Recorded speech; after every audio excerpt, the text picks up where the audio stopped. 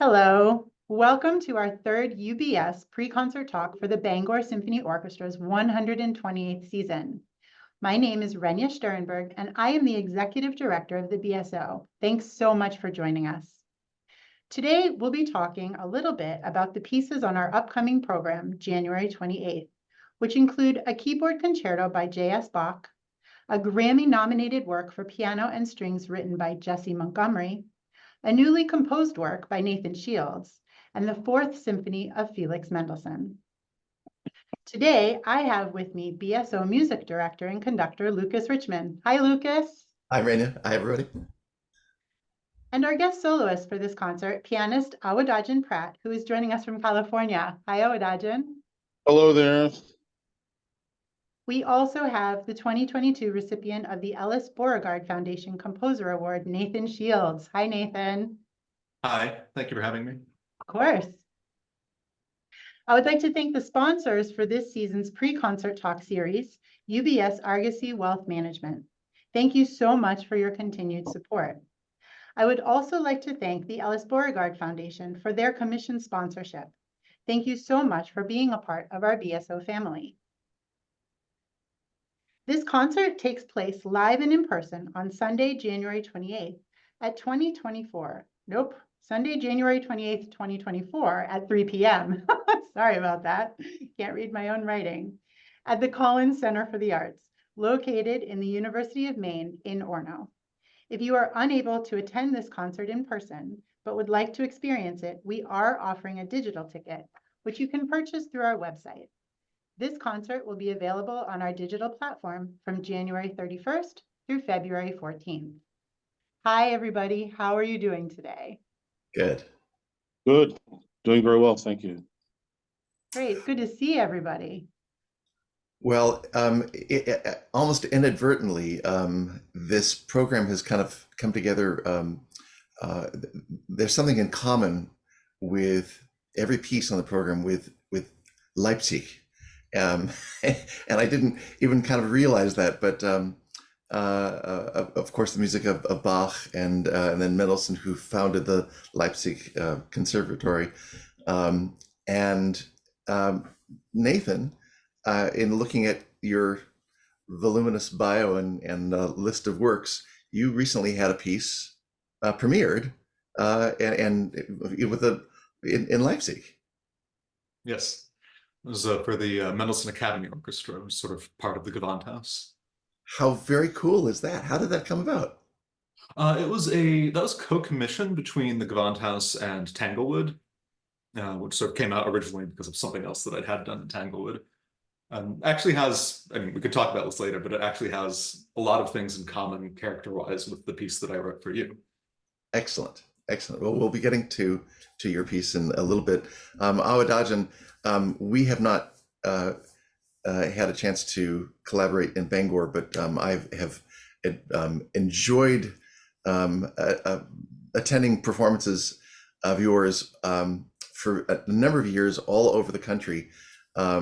I was one of the 18,000 people sitting in the Hollywood Bowl when you were performing with the LA Philharmonic years ago. Wow. Wearing a red T-shirt with white shorts. Probably not white shorts, but the red T part's a good memory. From where I was sitting, they looked white, but That's funny. Yeah, they weren't shorts though. That's funny.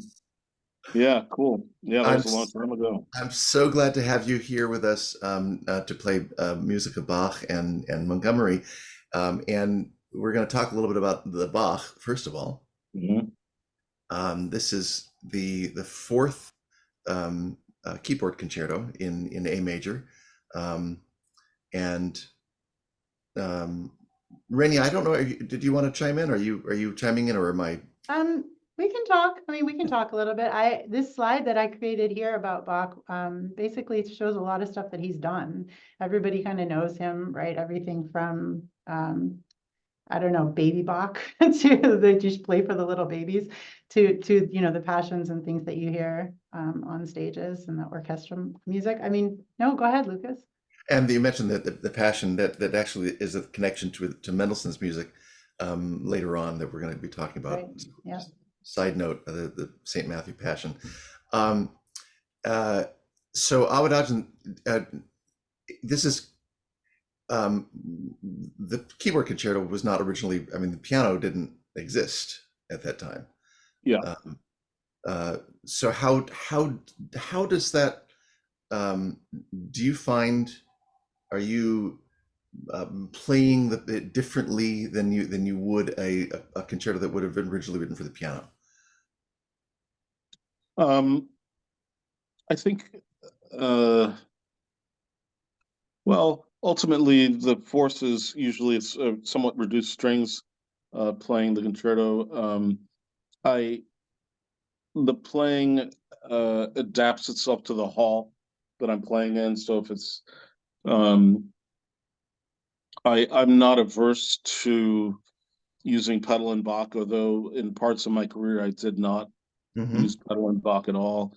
With Bach is somebody that, although he had been kind of introduced to the precursor of the piano late in his life and didn't seem to like it, generally he favored improvements in instruments as most composers did. And so I don't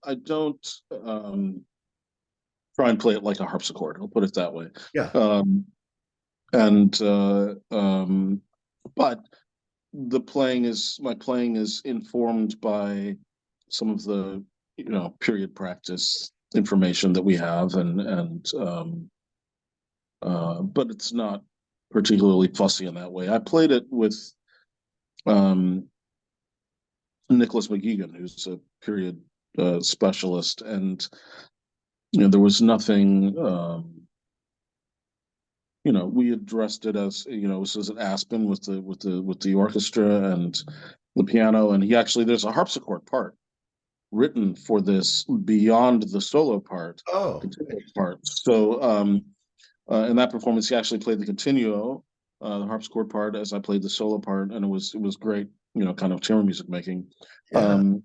But yeah, I mean, I'm a pianist, so I play the piano. Yeah. And I love the idea that of thinking that Bach would have embraced new inventions, and that certainly that we shouldn't feel stuck and rooted and this is what they had and that's it and not or done.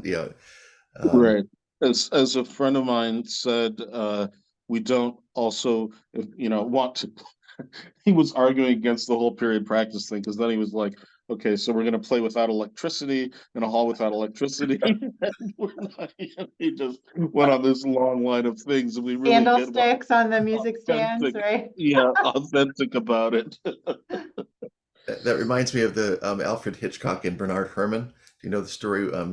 They were doing the movie about the a boat that was stranded, people stranded on a boat in the middle of the ocean. And Hitchcock says, Bernard, we can't have any music here because they wouldn't have had musicians in the middle of the ocean. And Bernard Herrmann said, well, as soon as you show me how you can't make a movie because there's no cameraman in the middle of the ocean, then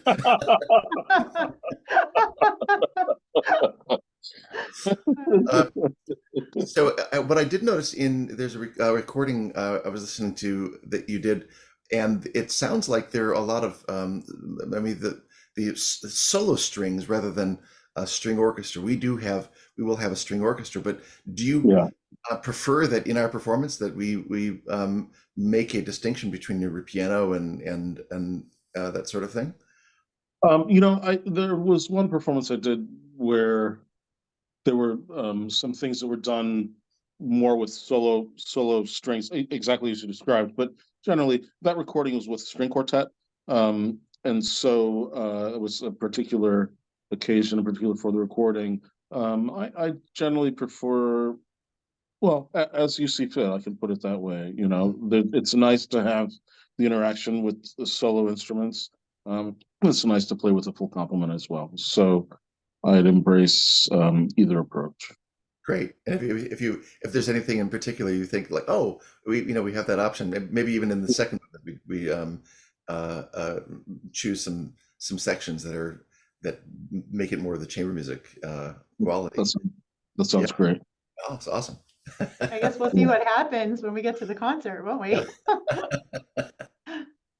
Well, I mean, that's the nature of um, Live performance. Right? live performance and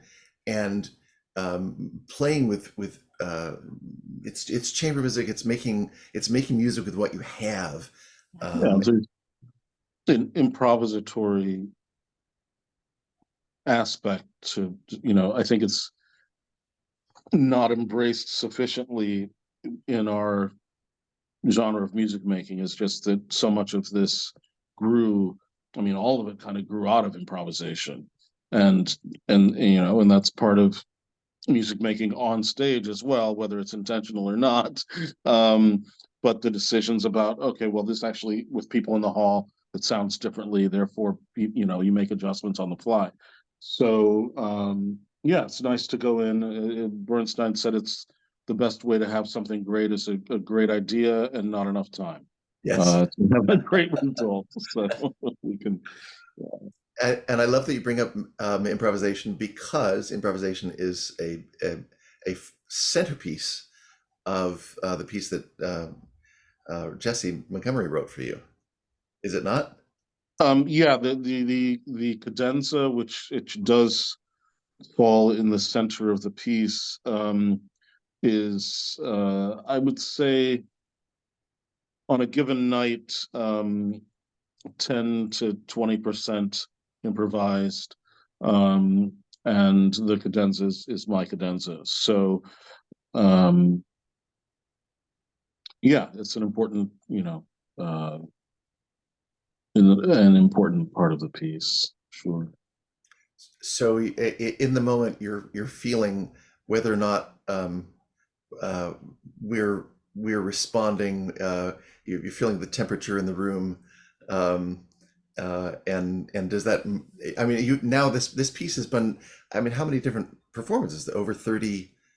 Over 30, yeah. Which is amazing and wonderful for a new concerto. Yeah, it's fantastic. By the way, congratulations, Grammy nominated.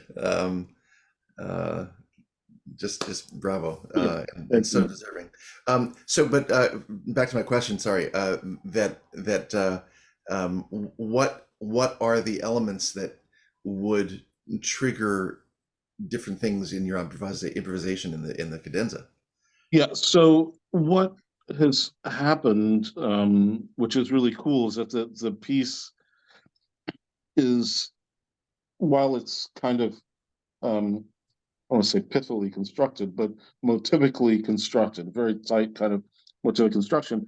The craft is rich, and I can constantly mine it for ideas. So in a performance, I might hear something or understand something, or the way something in the orchestra happened that alerts me to something interesting that I've not paid attention to before. And I'm not generally quick enough to adopt it right away in the cadenza, although that has happened.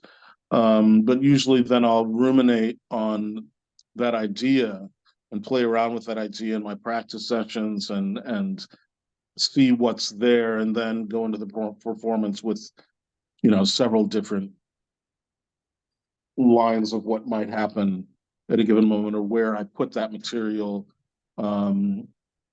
whether it never it's just always different, but my inspiration comes from the written score of the music, which is fascinating, because there are a lot of pieces where you could run out of ideas.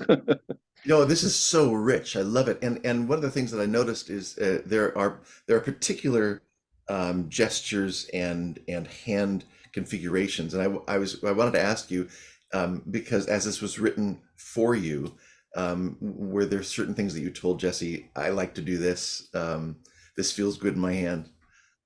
No, I had one. So this was part of a larger commissioning project with 6 other composers or 5 other composers, and I generally there's one thing that I don't like to do. I'm not going to talk about it, but there's one technical thing that I don't prefer to do, um, and that's not in the piece. Although some composers wrote it in anyway, which is fine. Um, but there was not, we talked before she wrote the piece and was mostly about the Eliot poem, and she had a little bit of concern because she'd never written for piano solo before, and so some of these passages are actually quite um, uh, idiomatic for strings, Mm-hmm. but actually fit well in the hand as well as a pianist. But the kind of burialogs, that body da da da body da da da body, the string crossing technique, I think emanates from string playing, but it happens to work well on the piano. But we didn't have any. She presented me with the score, and we talked about things about what effect she was looking for in a certain place, and what maybe a better register for that kind of sound might be. But there was nothing that was materially changed in the score, and there was nothing that I didn't have any input on what she wrote essentially. Amazing. Yeah. And would you mind telling us a little bit what rounds is? Why rounds? Rounds, basically because there's material that comes back. That's sort of essentially like a rondo, but with the opening material comes back several times. The structure mirrors that, and yeah, that was her title. And I suppose that the poem at the still point of the turning world, you do have the image of turning and circles, and I mean, obviously the earth being round, but I don't know if that's directly, was a source for her or kind of subliminally. I don't know, but certainly as to the form, Yeah, and I imagine as you as the artist, you bring your own interpretation of what it is that I know that for me as a composer, other people yeah, bring things to life, and I thought, I didn't know that storyline that you just brought up is there, and I'm so glad that it's part of the music that you're making. right, right. Uh, um, and the opening idea of it, I love that the way it comes back. It every time it comes back, it feels like this welcome friend in a way. I mean, Yes, yeah. About there's always a moment. It's almost like a third of the way through, maybe a little bit more than that, where it comes back again, and it's kind of like it feels like she's described the opening like putting a boat in the water, which is something that I would have never thought that's what was happening there. You know what I mean? Just this kind of rippling effect.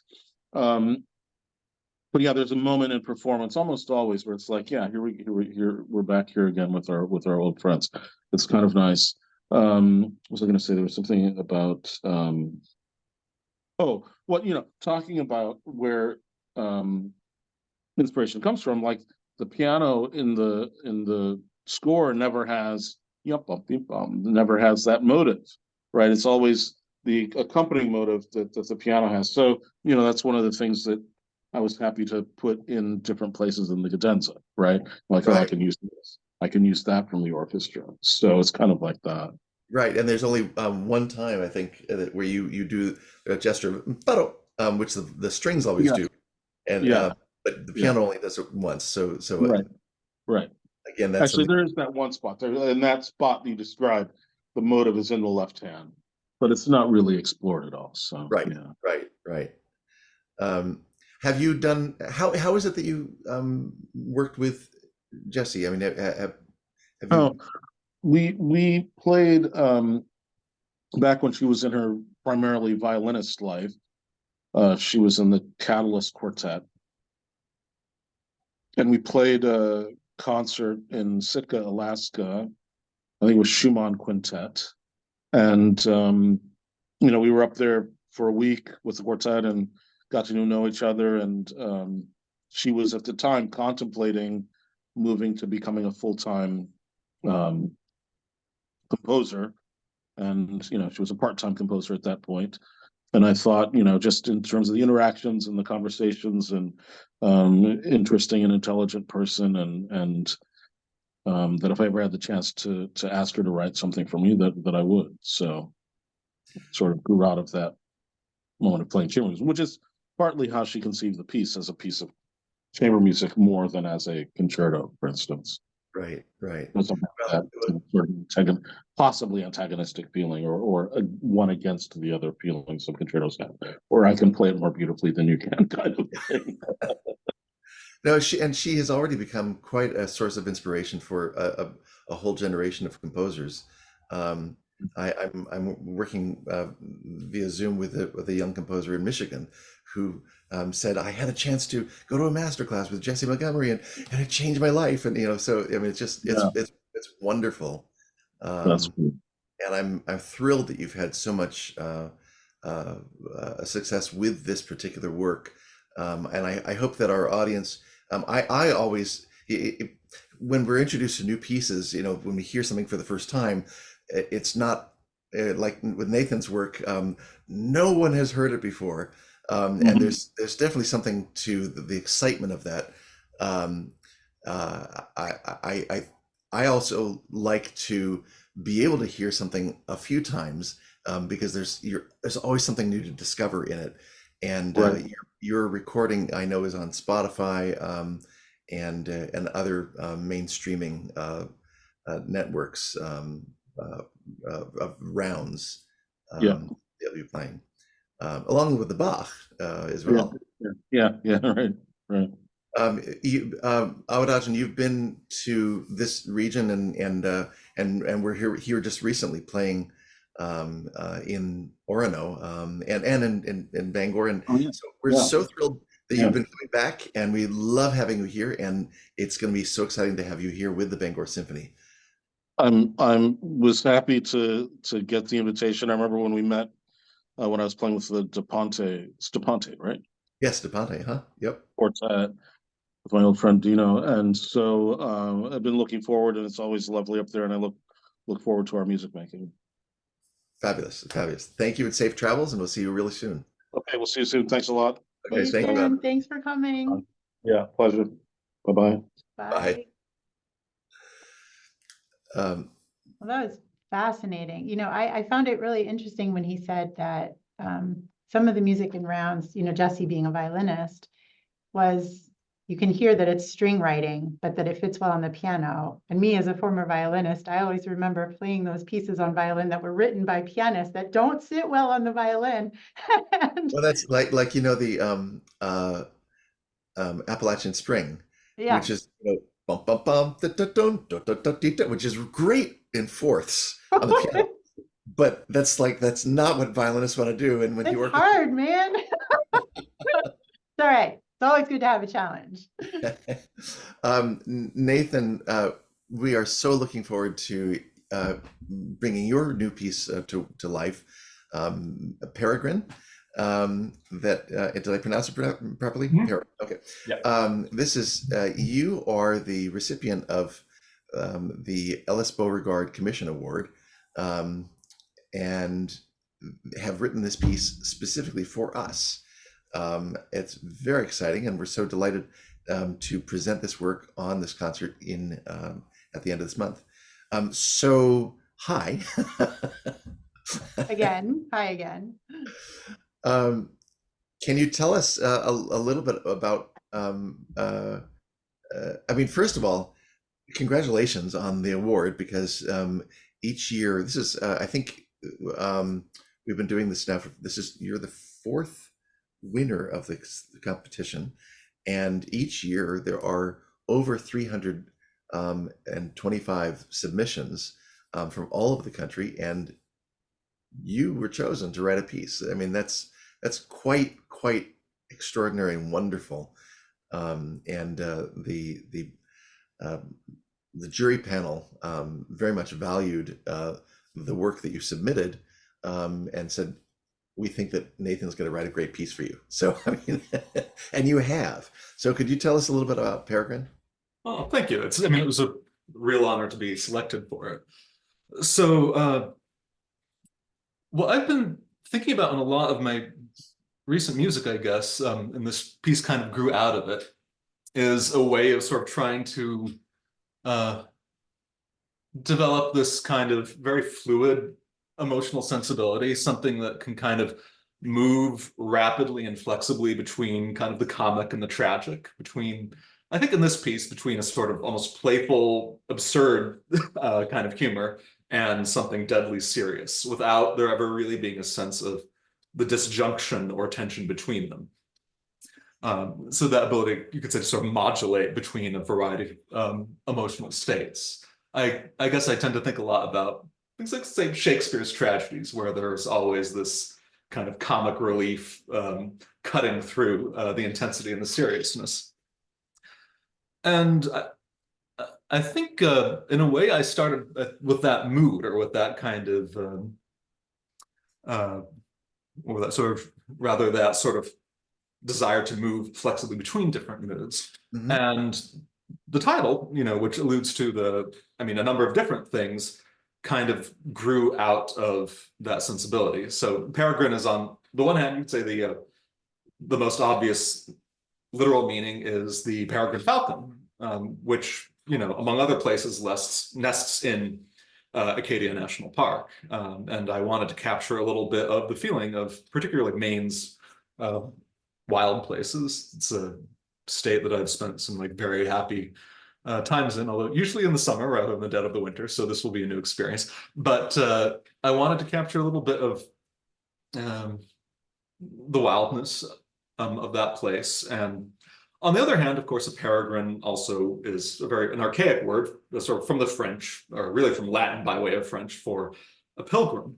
And that double meaning of the word, in a way, I think captured a little bit of the sort of compound of different sensibilities that I wanted to capture in the piece. So on the one hand, you think about the bird. I mean, the peregrine falcon is this ferocious bird of prey.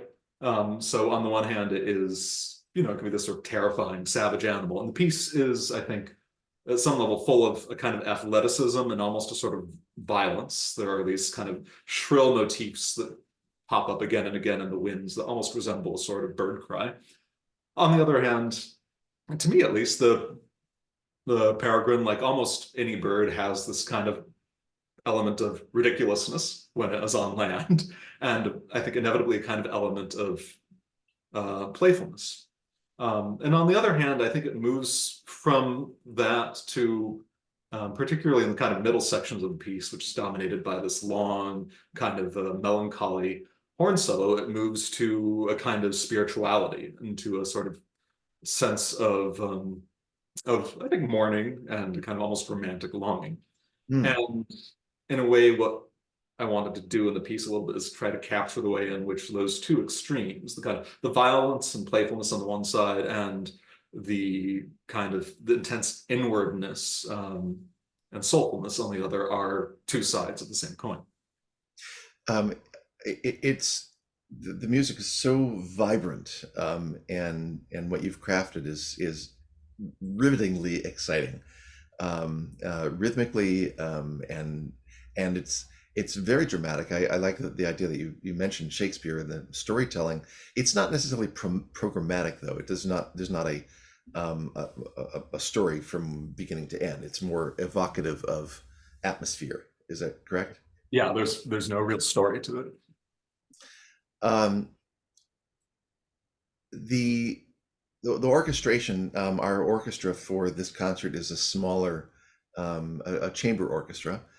So we have winds and pairs, 2 horns and 2 trumpets and timpani, and that because we were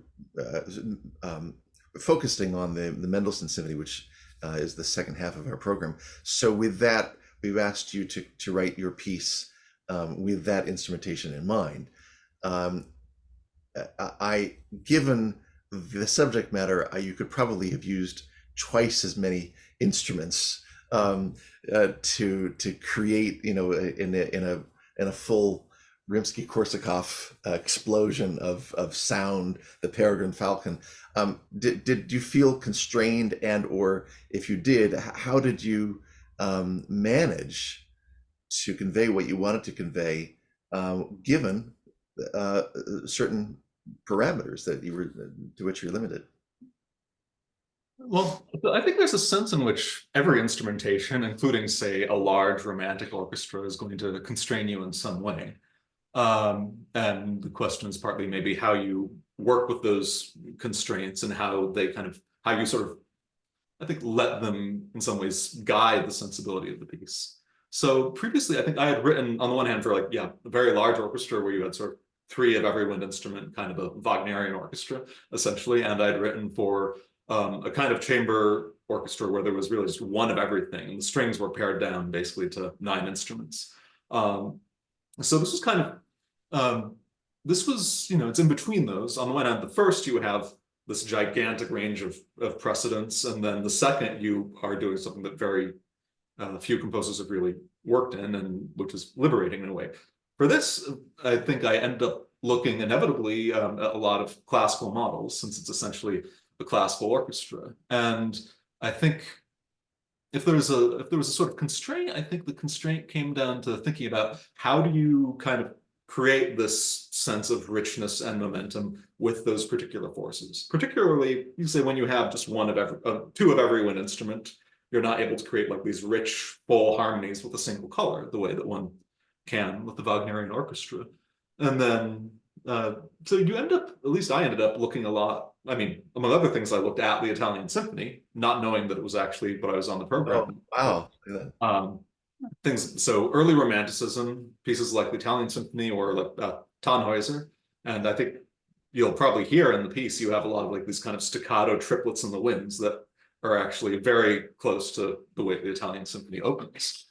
But then inevitably, I ended up looking at Mozart a lot. And you realize the more you are working with this particular instrumentation, how masterful Mozart is at creating this transparency and this kind of vibrancy in the orchestra. And in particular, things that, we were talking about string players. I'm a cellist, and I kind of grew up playing Mozart, and as a string player was always deeply aggravated by the sort of motor rhythms that you tend to get in the strings, that kind of go on forever. And the more I was writing for this instrumentation, the more I found myself doing that. It's kind of full of those sort of measured tremolos and 16th notes. In this case, I was looking a lot also at the Overture of the Marriage of Figaro, which has that running through it. And you do realize how it creates this sort of electrical charge and this kind of through line and this kind of relentless momentum, which is a big part of the excitement of the piece. So while as a cellist, I always sort of resented playing those, as a composer, I've started to see how valuable they are. So I think this would be a big part of kind of what that particular arrangement of instruments ended up dictating, or like what it allowed me and what I felt like I could draw from it.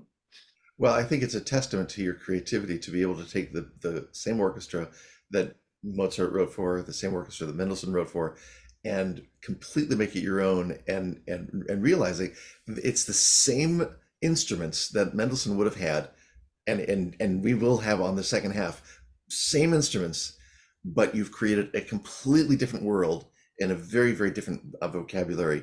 And it's mind-boggling to me. Could you just talk a little bit about the tonal, the language that pervades your piece? Like what can we expect that it's going to sound like? So, I mean, in a way, I think what I was saying a bit earlier about the character of the piece also applies to the musical language, in that it is an attempt to kind of contain these different extremes within a single piece without them ever feeling like they tear against each other or incompatible, but sort of move from one to the other seamlessly and back.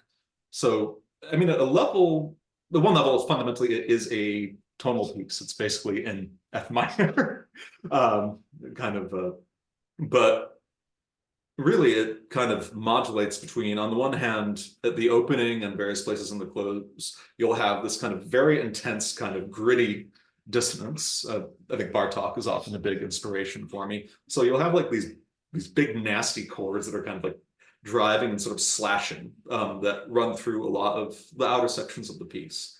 On the other hand, it will kind of move bit by bit, particularly in the sort of central slow section, to a point where you're having like these pure A minor and E minor chords kind of juxtaposed.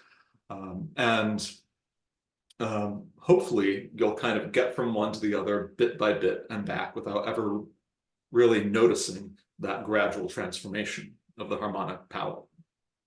Is there a little bit of sonata form kind of stuff going on in there? Yeah.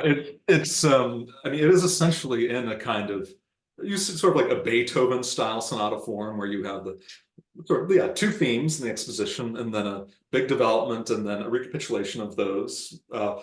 And then also like a gigantic coda that's kind of really so large that it is almost as big as a second development. And, maybe the way it departs from that model is that the sort of central section, the development, also incorporates into it like this large adagio, which really is of a very different character than what surrounds it, but still drawn from a lot of the same underlying musical ideas. Well, I know that our audiences are going to be thrilled to hear your music, because it is, as I said, it's vibrant, it's beautiful. The middle section is absolutely gorgeous, and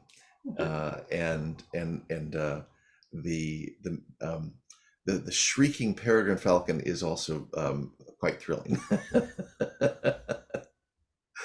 So we look forward to seeing you here in Bangor in a few weeks. Well, thank you very much. I'm really looking forward to it as well. And thank you for having me here. Yeah, Excellent. it's going to be Absolutely. great. And I do want to mention also, in addition to you being here with the symphony for the performance, you will be here a couple of days before. And on Friday, I believe it's the 26th, January 26th, you'll be doing a lecture at the University of Maine at their School of Performing Arts, right, at 11 o'clock in the morning. And the public, it's open to the public, anybody can come. And I'm going to be there. So could you tell me what I'm going to hear there? Are you going to tell me how you compose, and what are you going to share with us there for that hour? So I'm planning to speak probably mostly about a couple of pieces. One is the work that Lucas mentioned earlier that I wrote for that orchestra in Leipzig, which is called Commedia, which is, in a way sort of actually was very much written with kind of Mendelssohn and also Robert Schumann in mind, and is kind of this almost like a tragicomic exploration of the Commedia dell'arte. So figures like Pierrot, Harlequin, and of the kind of cultural significance of that old tradition. And then the other piece is a string quartet that I wrote this past year for the Jupiter String Quartet. It's called Medusa, which is has been performed a few times this year and is based really on a trilogy of paintings by Caravaggio, including the titular painting of the Medusa, which is this really horrifying portrait of her severed head, sort of staring at the viewer, sort of bug-eyed in agony, along with a couple other paintings. One is it's called The Conversion on the Road to Damascus, which is this kind of famous portrait of St. Paul after he has this vision that kind of knocks him from his horse.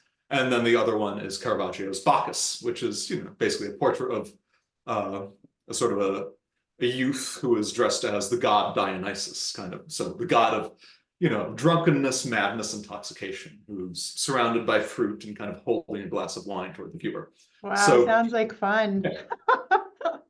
So it's, another piece kind of about that kind of intersection between the playful and the violent. Neat. Well, we're really excited that you're doing that, and I'm really looking forward to meeting you in person, going to your lecture, and then I know you're probably excited to hear the orchestra rehearsals and then see the final product. And yeah, we're really looking forward to it. Thanks, Nathan. Thanks for coming today. Thank you. Thank you. See you soon, Nathan. Have a good night. You too. Thanks. So Lucas, let's Yeah. talk about the Mendelssohn a little bit, shall we? Yeah. So the interesting thing, I mentioned the Leipzig connection, Mhm. that Bach had been a music director in Leipzig, and then Mendelssohn was introduced to the music of Bach when he was just, I don't know, 14, 15. He was given a score of the St. Matthew Passion, and he fell in love with the music of Bach. And later in his life, he settled in Leipzig and became the music director there, and transcribed and wrote out physically, and kind of revived the music of Bach, that to do performances of Bach's music that had not been done. It's credited with bringing the music of J.S. Bach into popularity, um, uh, where Bach's music had been neglected for many years. Hard to Uh, imagine. and Mendelssohn himself started incorporating the brilliance of Bach's counterpoint into his own compositions, and so you get an incredible sense of that, for sure, in his Fifth Symphony, the Reformation Symphony of Mendelssohn, but the way that he has the different lines intersect back and forth and trading off between instruments in the Italian Symphony is, I'm sure, had to have been inspired by Bach's counterpoint. And this piece is a much beloved work. I know that the first movement was often used in